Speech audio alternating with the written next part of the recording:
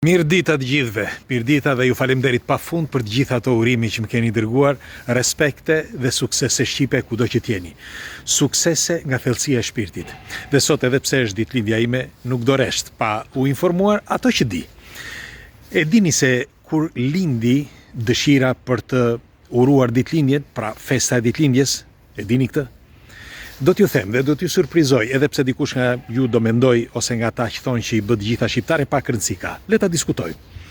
Atëre, një historian francez, i quajtur Jean-Claude Schmitt, ka bërë edhe një libër për këtë, ku tregon për lindjen ose shpikjen e ditëlindjes ose e festës së ditëlindjes. Ai thotë që festa e ditëlindjes lindi aty nga viti, me fjalë nga shekulli 1800, fundi shekullit 1800 dhe fillimi i shekullit 1900. Dhe filloi në Gjermani, bënin ëmbëlsira, torta ëmbëlsirash dhe nga aty filloi dal nga dal dhe që sot festohet në të gjithë botën ditëlindja. Mirë po duhet të dini që ditëlindja festohej nga populli pagan. E ka shkruar edhe në libër. Është mirë që ta kërkoni, Jean-Claude Schmitt, historiani francez, dhe ai thot edhe vendet se ku festohej paganizmi, me fjalë ditëlindja e paganizmit në ato vite. Pra bëhet fjalë që nga 400 ose 500 vite para erës sonë.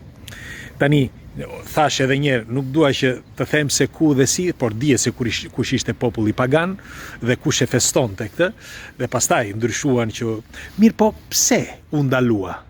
U ndalua sepse aty nga vitet 200-300, para pas vitit 0, me ardhjen e krishtërimit e ndaloi, sepse ata mendonin, por ata e dini që riti që bënin paganët, pra riti i festës të ditëlindjes ishte një rit fetar.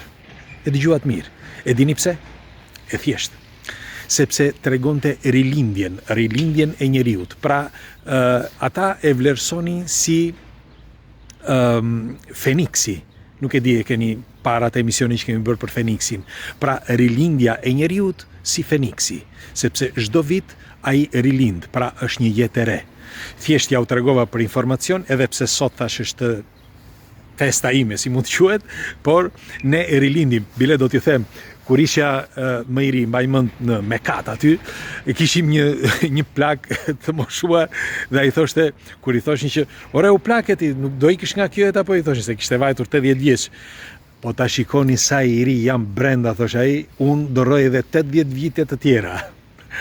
Megjithatë, ju falenderit edhe një herë shqipe, respekte pafund dhe suksese kudo që t'jeni.